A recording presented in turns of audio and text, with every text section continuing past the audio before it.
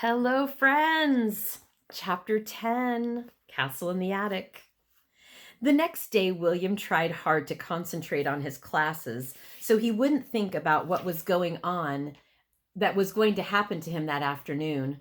When he said goodbye to Jason at the end of the day, his friend frowned at him. "You look kind of funny," Jason said. "You feel all right?" William nodded. "I guess so. See you." When he looked back from the corner, Jason was still standing there, his bike leaning on his hip, staring after him. "Sir Simon," William called softly from the top of the attic steps. The knight appeared in their customary meeting spot on the wall walk near the south tower. He looked a little weary. "Good afternoon, William." "Have you got the token? I'm ready to come." The knight looked startled. "Ready?" "Yes. See, I've brought my backpack, and I hope I thought of everything." "But this is wonderful news, William. I must go tell Lady Eleanor at once." "Sir Simon," William put his index finger across the tower door, bringing the small man up short. "Please don't say anything to her. Please just work the magic quickly before I change my mind. I want to do what she asked. I want to go and see her myself." The small man turned with a new look in his eye. William liked to think it was respect. "Yes, of course, I understand." He reached into his belt pouch. "I'll meet you on the drawbridge." "Why there?" William asked. The knight smiled up at him. "At your size, from where you're standing, you can reach the drawbridge with one step. But when you're small, it will take you considerably longer." The knight disappeared into the south tower to take the stairs. William went and stood at the front entrance of the castle to wait for him. Why couldn't he take back what he had done to Mrs. Phillips? Then she'd be on her way to England, and the Silver Knight could go on his mad quest by himself.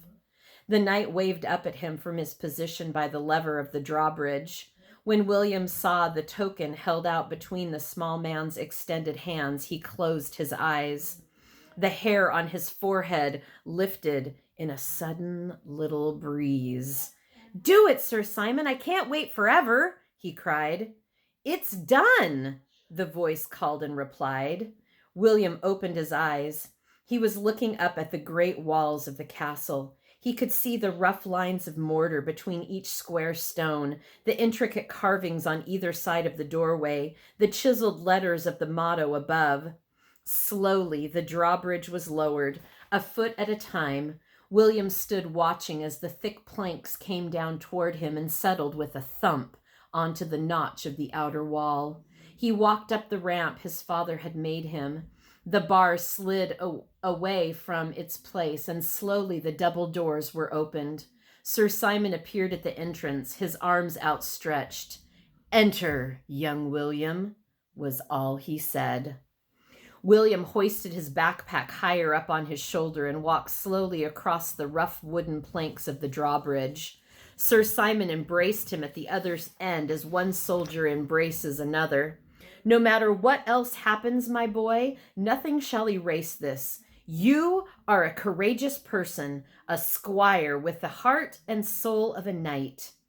William nodded. He didn't dare speak yet, thinking that his voice must have shrunk with his size. Sir Simon lowered the portacles, and William heard for the first time the squeaky clank of the chains and the deep thud of the pointed wooden spikes as they hit the ground. "Come, I shall take you to her. We can raise the drawbridge later." The knight led him across the main courtyard and into the covered passageway that connected the buttery and the kitchen on one side and the great hall on the other. "Can we go through this way?" William asked. "I could never see into this room very well from up above." "My voice sounds perfectly all right," he thought. Sir Simon nodded and turned left instead of right. The walls of the large banquet hall were hung with intricately woven tapestries. Animal skins of various shapes and colors were spread about on the floor. A long trestle table flanked by two benches took up one whole wall along the large room. William peered into the fireplace, which was as big as his closet at home. 2 enormous black pots hung from hooks on one side. Up above, happily decorated banners were draped over the balcony rail of the minstrel's gallery, but William didn't have time to stop and study them. The night was already disappearing up the corner staircase. He led William along the wall walk to the curved door on the opposite tower. I gave Lady Eleanor the master chamber, as I sleep downstairs on the kitchen floor to guard the fire, Sir Simon explained as they stepped onto the landing. Her room is right here, though, he said, indicating the door William was facing. I shall leave you now. William stood there for a long moment, listening to Sir Simon's footsteps retreating down the stairs to the kitchen. His heart was thudding in his chest. Mrs. Phillips was humming a tune that sounded vaguely familiar, and he stood there for a moment more, listening, hoping it would quiet the pounding in his ears. What if she refused to speak to him? Get it over with, he muttered to himself. He knocked. The humming stopped. Sir Simon? She called. He didn't answer, but turned the hammered metal handle of the door and pushed it open. She was seated in the front of the fire with her back to the door, wearing a long blue robe covered by some sort of tunic. I came, was all he said. William, she said. She put down her needlework and stood up.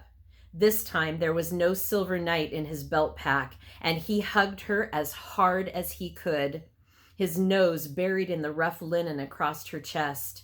She pushed him away from her and looked at his face for a long time. Do I look different? He asked. No, you look the same. She touched his temple with her forefinger. It's what's going on in here that I wonder about. I did warn you. I said I'd make you stay no matter what. She went and sat down in front of the fire again. Then why are you here now? Because I know I made a mistake. I have to go back with Sir Simon and find the other half of the token, the half that sets us free. He knew what she was thinking. What if you don't find it? But she didn't say it, and neither did he. If he had let himself think of what ifs, he would never have gotten this far. Where did you get that dress? He asked. It's actually called a surcoat, and this is a tunic. She fingered the brown cloth on top. They were hanging in the wardrobe. The castle is very well outfitted, right down to the pots and pans in the kitchen. I brought you some supplies, he said, digging through his backpack. He handed her the jar of Marmite, the bread, and the tea bags. The sight of them made her smile for the first time. They ate dinner together that night on either sides of the table of the courtyard. Not quite under the stars, Sir Simon said, but one gets the same feeling. William looked up past the tower wall to where the attic ceiling should have been, but he couldn't quite make it out. I'm glad you remembered to leave the lamp on when you came around to the drawbridge, Sir Simon said. The light bulb will burn out eventually, William said, but I brought candles and matches in my backpack. And Marmite, Mrs. Phillips said with a smile. And good bread, said the knight, tearing off another hunk. William suddenly felt happy to be there with the two of them, to see them laughing over a joke together at the same table. I'm glad I came, he said. They each reached out and took one of his hands. It took courage, said Sir Simon, but you will need more of that in the days ahead. He stood up. Tomorrow, my boy, your training begins in earnest. The next morning, the three of them gathered in the courtyard after a hasty breakfast. First, William was provided with the uniform and weapons of a squire, which the Silver Knight had found in the armory. According to the riddle, you must cross the drawbridge as a squire. I will start your training now, Sir Simon explained. He dropped a brown cloth tunic over William's head while murmuring some old incantations. Then he fastened a belt around his middle, complete with a soft leather bag and a small sharp dagger in its scabbard. What were you whispering? William asked. The words my father said over me when I became a knight. Rules of conduct we must respect. Be we king, knight, squire, or page. Tell me what they are, William said. Be compassionate to the needy. Neither squander wealth nor hoard it. Never lose your sense of shame. If questions are asked of you, answer them frankly, but do not ask too many yourself. Be manly and of good cheer. Never kill a foe who is begging for mercy. You have forgotten one, Sir Simon, said Mrs. Phillips, who was standing on the side watching the two of them. What is that, my lady? Be ever loyal in love. He smiled at her. Oh, yes. But in that one quality, William is not lacking. Certain things bear repeating, she replied simply. As you wish, my lady. They divided his training. Sir Simon taught him how to use his dagger, how to improve the speed of his footwork, how to keep his weapons in good order, how to load and fire a crossbow, how to dress and arm his lord Sir Simon. As it was believed that a knight's strength increased until midday and wanes with the sun, Sir Simon worked with William in the morning, and Mrs. Phillips drilled him in the afternoon. They played chess and backgammon. She made him practice his recorder. Music will calm the beast in man and nature. And she put him through his gymnastics exercises. Do it again. The round-off wasn't tight enough, she said one afternoon. They had moved the trestle table to the side of the courtyard to make room for his tumbling. Sir Simon sat in one corner watching while he sharpened the blade of his dagger. You're tougher than Robert, William complained as he returned to the starting position. Did you go to practice last week? Yes, but Robert says I wasn't paying attention. He wanted you to come back. She smiled. You could have brought me in your pocket. Wouldn't Robert have been surprised to see that? There's something else. One day last week, he took me aside at the end of practice. His face was all serious, and he said, William, when you do gymnastics, you have to be honest about everything you do in the other parts of your life too. Otherwise, your body will deceive you and you won't be able to turn the tricks. What do you think he meant? She asked with a smile.